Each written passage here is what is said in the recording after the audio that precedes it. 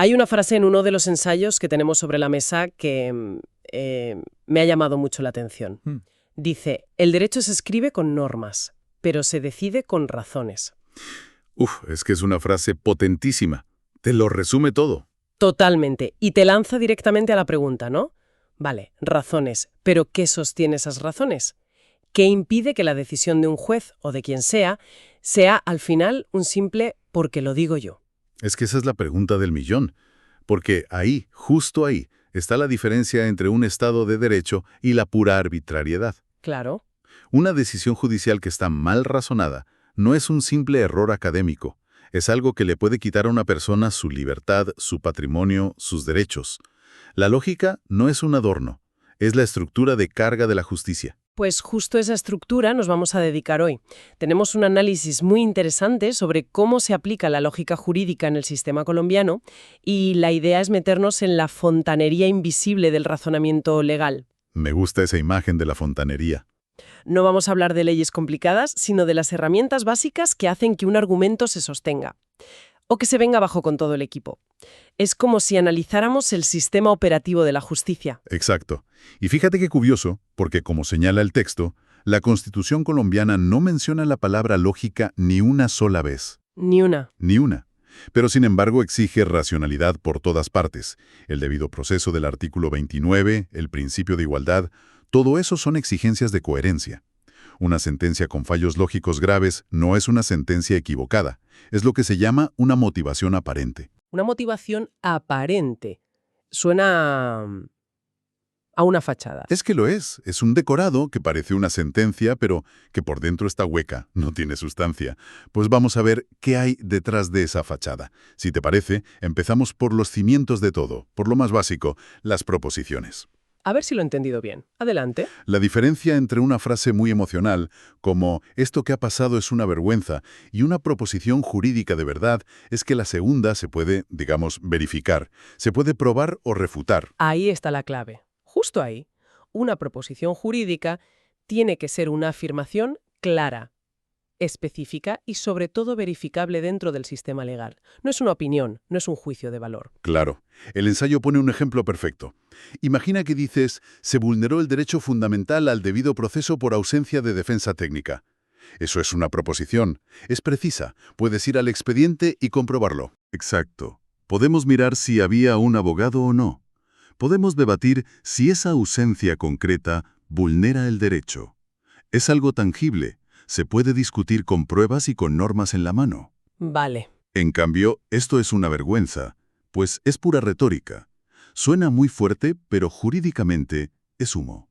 ¿Cómo mides la vergüenza en un tribunal? No hay un vergonzómetro legal. No lo hay. Por eso, el primer paso de cualquier buen jurista, según el texto, es ese: traducir el caos de los hechos y las quejas en un conjunto de proposiciones claras y ordenadas. Sin eso, no tienes un caso. Tienes ruido. Vale, entonces tenemos las proposiciones, que serían los ladrillos del argumento. Ahora necesitamos unirlos. Y aquí es donde el texto dice que palabras que usamos todos los días, como y, o, sí, entonces, se convierten en herramientas de una precisión casi quirúrgica. Son el cemento. Y como te equivoques con el cemento, todo el edificio se viene abajo. Si quieres, empezamos por la conjunción, la i. Venga. Es la más exigente de todas. El ejemplo clásico del texto es la responsabilidad civil. Para que alguien te tenga que indemnizar, la jurisprudencia exige tres cosas: un daño, una culpa y un nexo causal entre los dos. Las tres. Las tres. No es daño o culpa, es daño y culpa y nexo causal. Es como un trípode. Si le quitas una pata, da igual cuál, el argumento de la demanda se cae. No vale decir, bueno, pero es que el daño es enorme. O están los tres elementos o no hay caso. Es un todo o nada, un paquete completo. Correcto. Luego está la disyunción, la O, que parece más sencilla pero tiene su miga. El texto distingue entre la O inclusiva, que es A, B o ambos, y la exclusiva, que es A o B, pero no los dos. Y eso en derecho tiene que ser crucial. Tienen unas consecuencias enormes. Imagina una norma que dice: el infractor será sancionado con multa o la suspensión de la licencia. Si la O es inclusiva, la administración puede ponerte una, la otra o las dos a la vez. Pero si es exclusiva, solo puede elegir una. Recuerdo un caso en el que la defensa de una constructora se basó por completo en demostrar que la O de una norma sancionadora era exclusiva. Un debate sobre una sola letra que valía millones de euros. Increíble. Bueno, pero el texto dice que el verdadero corazón del razonamiento jurídico es otro.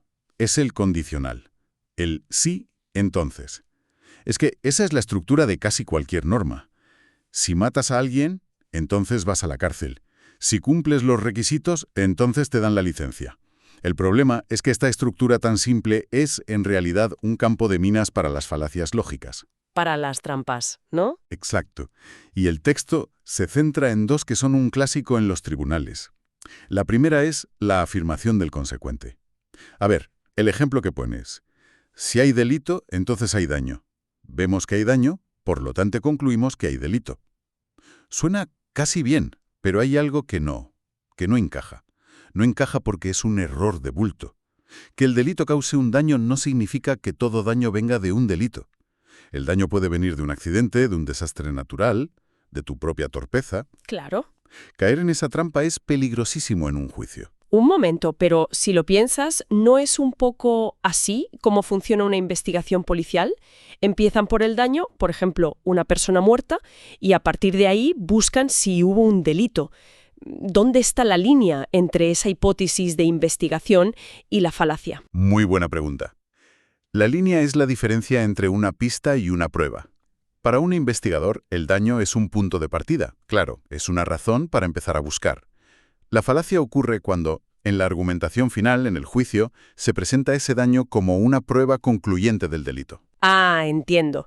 El fiscal no puede decir, señoría, como hay un muerto, tiene que haber un asesino. No. Debe probar el sí, el antecedente, no solo limitarse a constatar el entonces, el consecuente. Es la diferencia entre el camino de la investigación y la estructura lógica de la sentencia final. Exactamente. La segunda trampa es la negación del antecedente. El ejemplo es, si hay un contrato firmado, hay obligación de pagar. No hay contrato firmado. Por lo tanto, no hay obligación de pagar. Esto también parece lógico a primera vista, pero es falso. Pueden existir muchísimas obligaciones de pago sin un contrato por medio. La obligación de indemnizar por un accidente, la de devolver un dinero que te han ingresado por error, lo que se llama enriquecimiento sin causa. Pensar que sin contrato no hay obligación es un error que le puede costar un caso a cualquier abogado.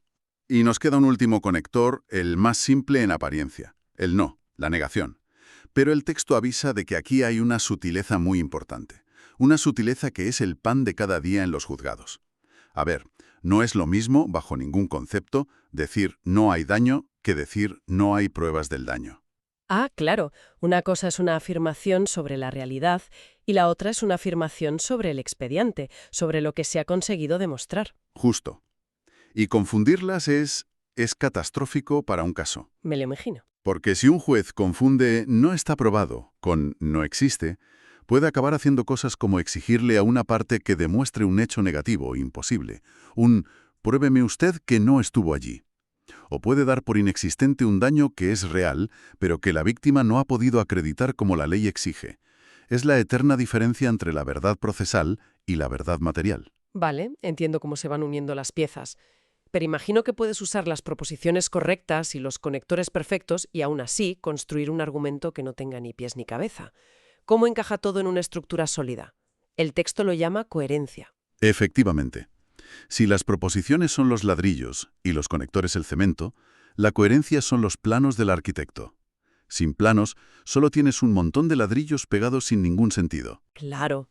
En su forma más básica, la coherencia es no contradecirse. El texto pone un ejemplo que, por desgracia, se ve a veces.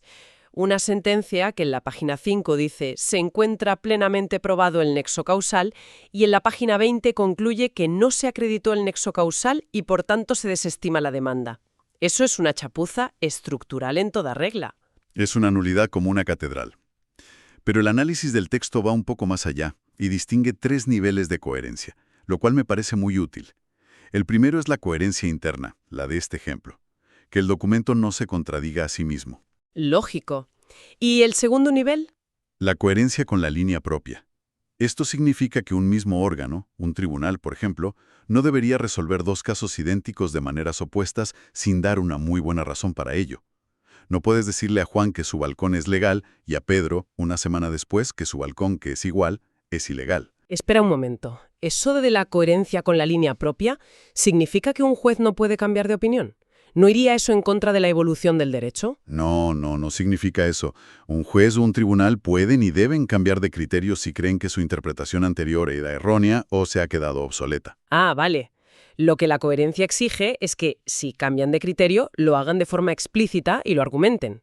Tienen que decir, oigan, hasta ahora pensábamos esto, pero después de reflexionar por estas razones, creemos que la interpretación correcta es esta otra. Lo que es incoherente y, por tanto, arbitrario, es cambiar de criterio de un día para otro sin dar ninguna explicación. Entiendo. La clave es la transparencia, la justificación y el tercer nivel, la coherencia con el sistema. La decisión de un juez no puede ser una isla, no puede chocar de frente con la Constitución o con la jurisprudencia consolidada de las altas cortes.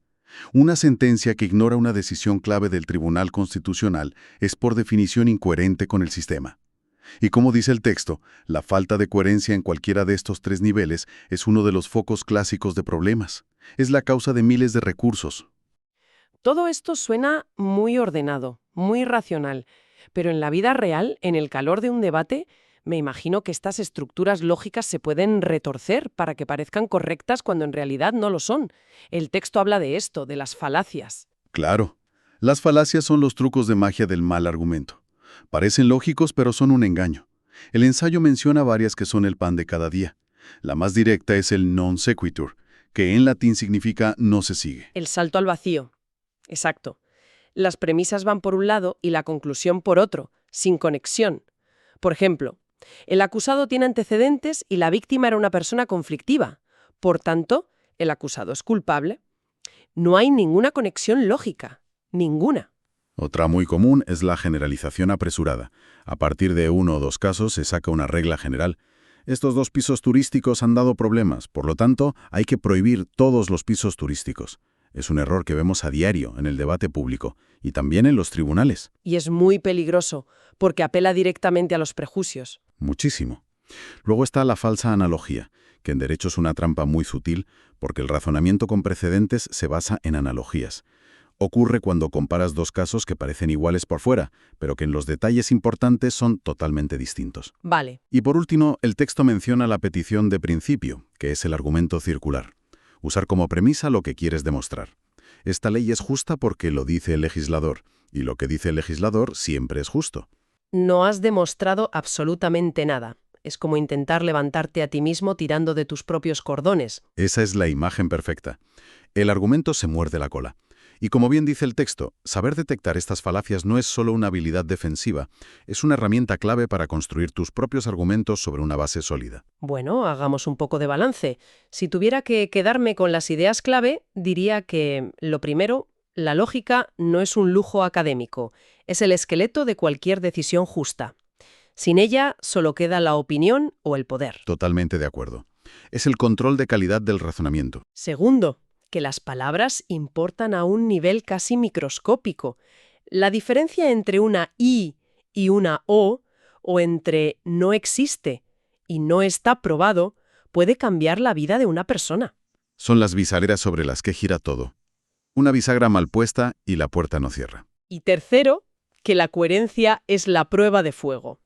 No basta con que una decisión sea brillante por partes. Tiene que sostenerse como un todo, sin contradecirse y sin chocar con el resto del sistema. Exacto. Y al final, como sugiere el ensayo, todo esto se reduce a una cosa: la credibilidad.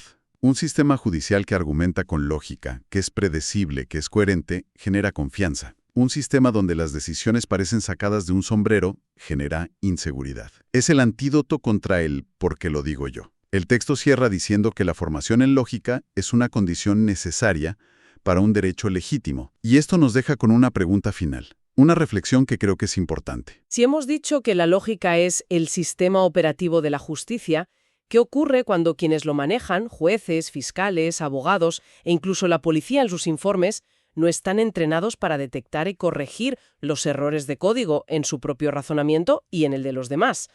¿Puede un sistema ser verdaderamente justo si su lógica es vulnerable a fallos que ni siquiera es capaz de ver?